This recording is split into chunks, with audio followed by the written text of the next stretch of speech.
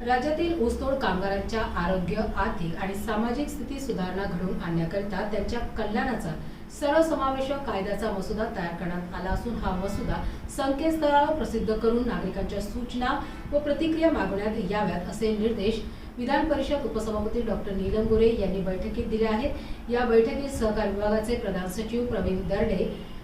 सामाजिक न्याय आणि विशेष सहाय्यक विभाग उपसचिव वर्षा देशमुख, सार्वजनिक आरोग्य विभाग अतिरिक्त संचालक डॉक्टर संदीप सांगरे, कामगार विभाग उपायुक्त संकेत कानडे यांच्यासह अन्य अधिकारी उपस्थित होते।